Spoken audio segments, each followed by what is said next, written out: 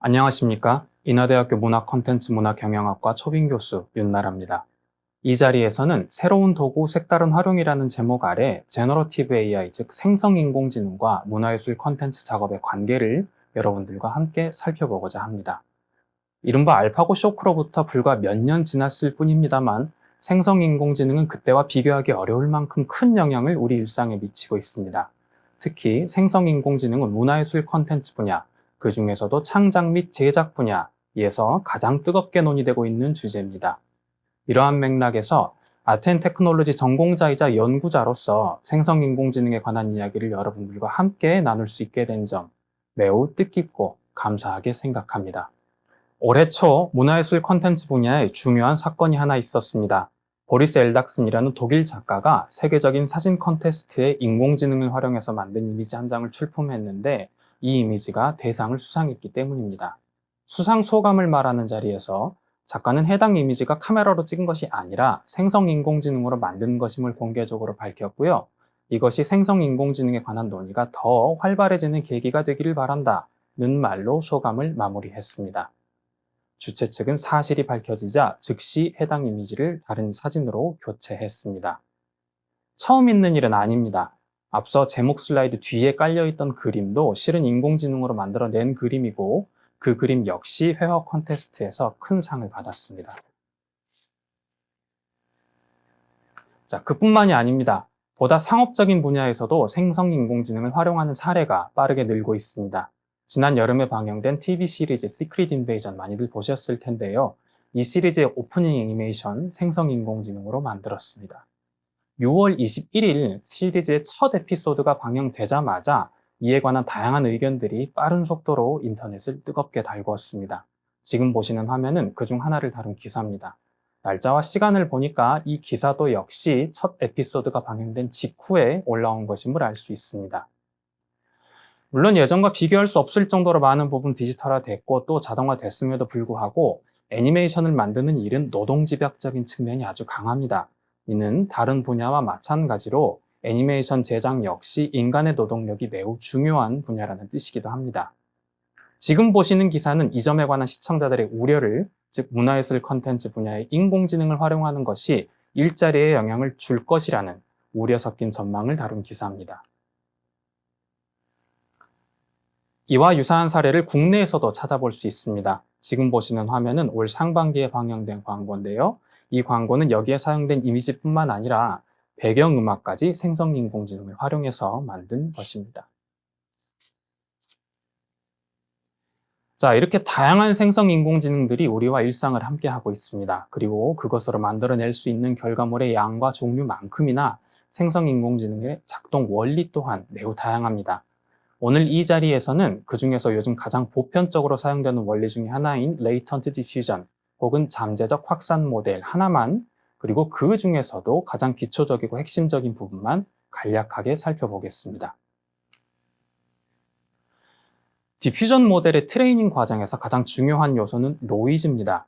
일단 데이터의 노이즈를 입히고 그 다음에 그 노이즈를 제거해서 본래의 노이즈를 복원하는 과정에 트레이닝에 초점이 맞춰져 있기 때문입니다.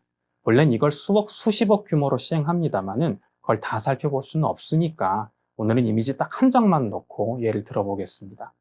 지금 화면에 보고 계신 이 이미지를 본래의 데이터라고 가정하겠습니다. 여기에 아주 약한 노이즈를 입힙니다. 이때 노이즈가 데이터 위에 덧입혀지는 게 아님에 주의할 필요가 있습니다.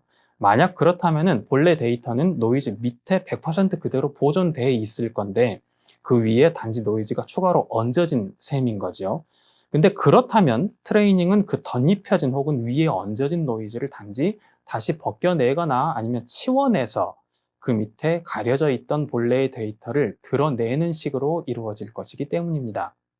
디퓨전 모델에서 노이즈는 본래 데이터 위에 얹어지는 게 그러니까 아니라 그 데이터 중에 일부를 대체하는 방식으로 입혀집니다. 이 말은요, 본래의 데이터 중에 일부가 이 과정에서 필연적으로 손실 혹은 손상, 즉 데이터를 약간 잃어버린다는 뜻입니다. 가령 데이터의 1%의 노이즈를 가한다는 말은 데이터 중에 1%를 노이즈로 바꾼다는 말이고 그렇다면 노이즈를 제외한 데이터의 총량은 100에서 99로, 즉 가해진 노이즈만큼 적어지겠죠.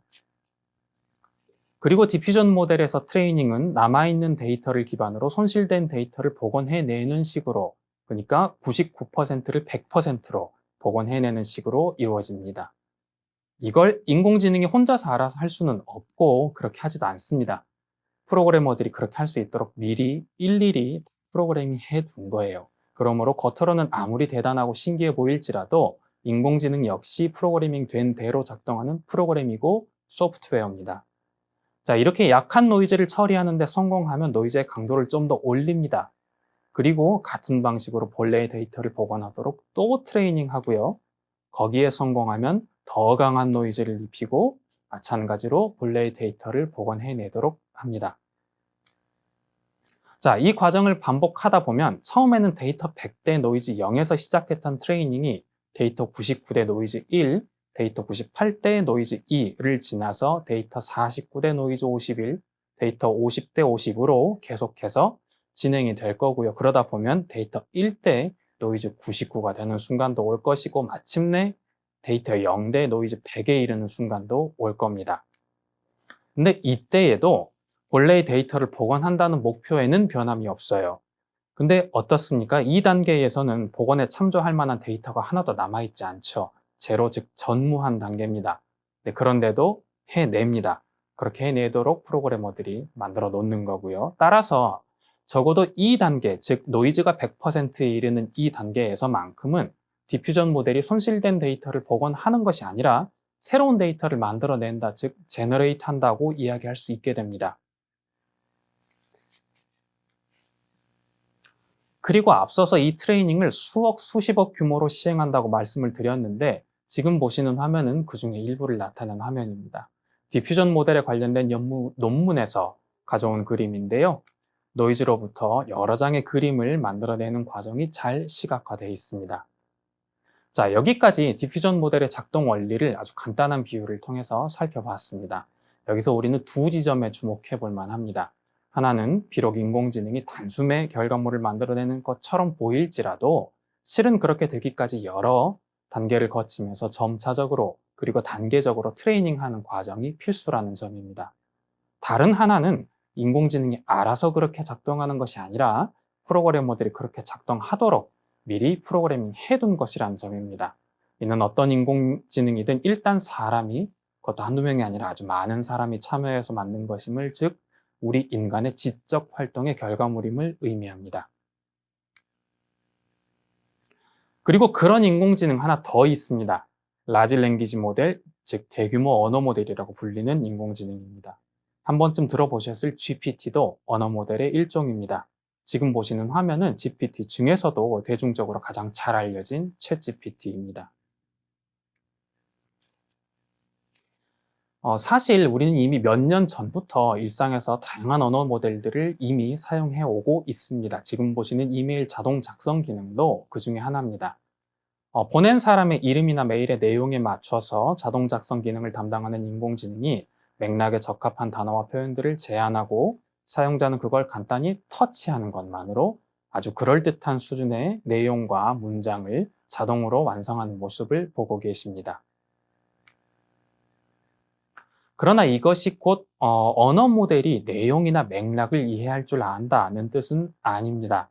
언어 모델의 핵심 원리는 통계적 확률이에요.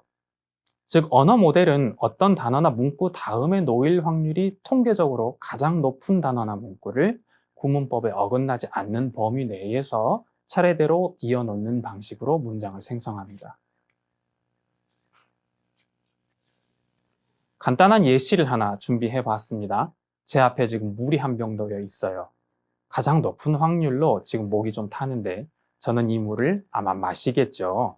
바꿔서 말하자면은 적어도 이 예시에 한해서 마신다라는 표현은 방금 보셨던 저 빈칸에 올 확률이 가장 높은 말, 혹은 통계적인 방식으로 말을 바꾸자면 저 빈칸에 놓일 빈도가 다른 말보다 더 높은 말이라고 볼 수 있습니다.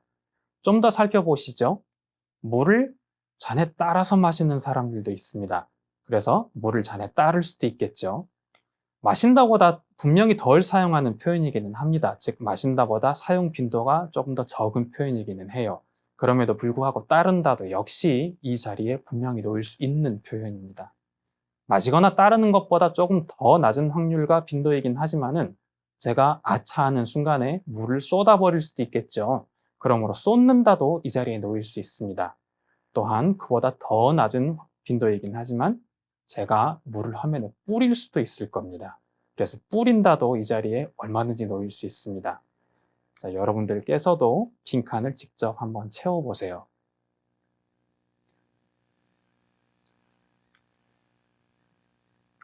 자, 방금 말씀드렸던 이것이 언어 모델이 문장을 생성하는 기본 원리입니다. 그리고 이 원리를 단어 한 개나 표현 한 개 혹은 문장 스케일이 아니라 나아가 문단 스케일 혹은 심지어 글 한 편 스케일까지 확대해서 적용하고 실행할 수 있도록 만들어내는 것이 바로 여러분들께서 알고 계시는 GPT나 챗봇입니다. 언어 모델을 실무에 활용한 사례를 하나 가져와 봤습니다. 인공지능으로만 만들었던 광고 기억하고 계실 텐데요. 그 광고의 기획사가 해당 광고를 만든 과정을 정리한 글입니다. 이 글은 아주 흥미로운 문장으로 마무리되는데요. 바로 이 글 역시 언어 모델에 기반을 둔 생성 인공지능을 적극적으로 활용한 결과물이라는 내용입니다. 자, 글, 그림, 사진, 동영상 그리고 음악까지 생성 인공지능만 있으면 못할 게 없을 것만 같습니다. 그런데 정말 인공지능이 이 모든 걸 사람 없이 혼자 알아서 하는 걸까요? 그렇지 않습니다. 인공지능은 펜이나 붓, 카메라 혹은 컴퓨터 소프트웨어와 같은 도구이기 때문입니다. 시크릿 인베이전의 오프닝도 마찬가지입니다. 다시 한번 같은 기사를 살펴보시죠.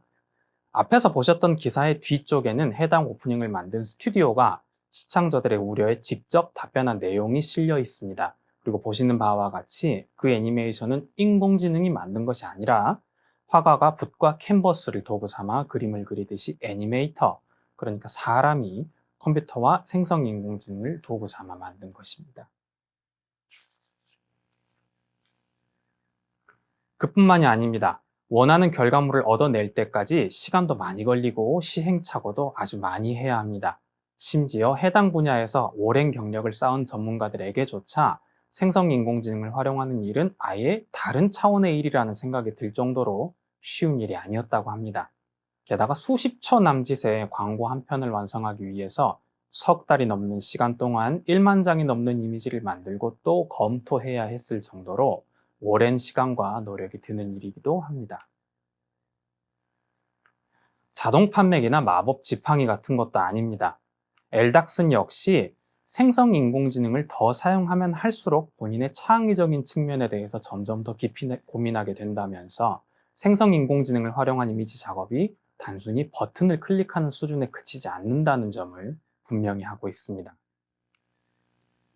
이렇듯 세간의 우려와는 달리 문화예술 콘텐츠 작업에 생성 인공지능을 더 잘 활용하기 위해서는 우리들 인간의 적극적인 개입과 섬세한 조정이 꼭 필요합니다. 그렇지 않으면 인공지능은 이런 결과물들만 만들어내게 돼요. 연어가 아니라 연어 스테이크가 강을 거슬러 오르고 사람 종아리가 하나 더 생기기도 하고 다리가 3개가 되기도 합니다. 사실 저를 비롯해서 생성 인공지능을 활용하는 작가들한테 이런 이미지들은 사실 전혀 낯설지 않습니다. 붓과 물감으로 작업하는 화가들은 한 폭의 그림을 완성할 때까지 많은 습작과 시행착오를 거칩니다. 마찬가지로 생성 인공지능으로 작업하는 작가들 또한 하나의 결과물을 얻어내는 과정에서 화면 왼쪽에 보이는 것 같은 시행착오를 무수히 경험합니다. 인물사진 전문 작가 조 세이버리는 이러한 결과물 160장 정도를 만들어내는데 1만 3천 장 이상의 시행착오를 거쳐야 했다고 고백합니다. 그러면서 생성 인공지능을 활용하는 일이 말처럼 혹은 겉보기처럼 쉽지만은 않다는 점을, 그리고 그와 함께 인간 사용자의 섬세한 조정 과정이 생성 인공지능을 더 잘 활용하기 위한 핵심 요소라는 점을 강조합니다. 서은선 작가 역시 이에 적극적으로 동의합니다. 비록 갤러리에는 화면 오른쪽에 완성장만 걸리지만 그 하나를 완성하기까지 여러 날 동안 오랜 고민이 필요하고 화면 왼쪽의 그림 같은 시행착오를 수천 장 거쳐야 한다는 점에서 인공지능을 활용한 작업도 보통의 회화 작업과 크게 다르지 않은 것 같다는 점을 서은선 작가도 이야기합니다. 즉, 어떤 생성 인공지능도 스스로 알아서 뭔가를 만들지 않고 그럴 수도 없습니다.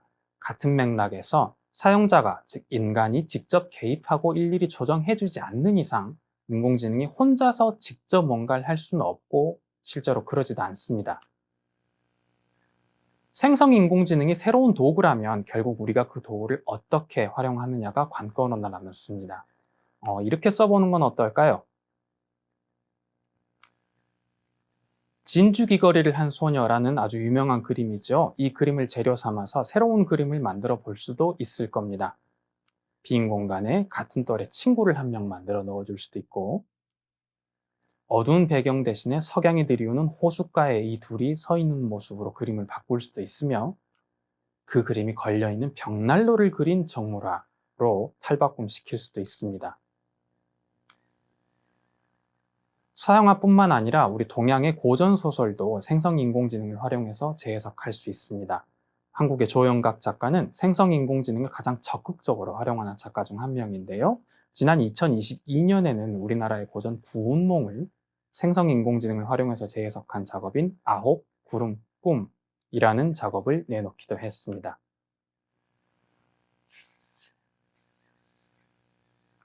지금까지 생성인공지능의 작동 원리와 그것을 적극적으로 활용한 사례를 여러분들과 함께 간단히 살펴보았습니다. 보신 바와 같이 비록 놀라운 수준의 결과물을 만들어낼지라도 생성인공지능은 누군가 사용하지 않으면 혼자서는 작동할 수 없는 도구입니다.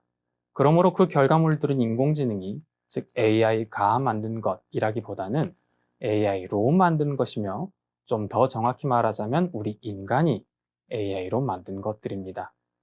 이 새로운 도구를 어떻게 하면 보다 더 건강한 방식으로 받아들이고 활용할 수 있을지 고민할 때라는 말씀을 마지막으로 드리면서 오늘 발표 마치겠습니다. 감사합니다.